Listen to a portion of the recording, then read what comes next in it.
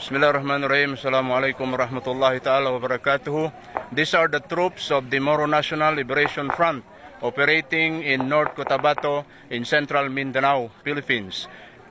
These are the vanguards of peace. They are ready to defend their homeland, especially on the oppressed Bangsamoro homeland in Mindanao, inshallah subhanahu wa ta'ala.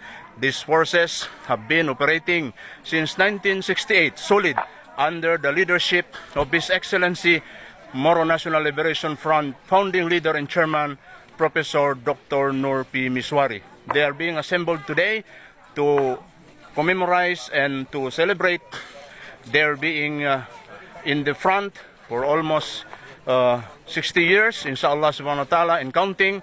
And here are they to continue the struggle, inshallah subhanahu wa ta'ala, to continue the struggle. They are here to continue the struggle, inshallah subhanahu wa ta'ala.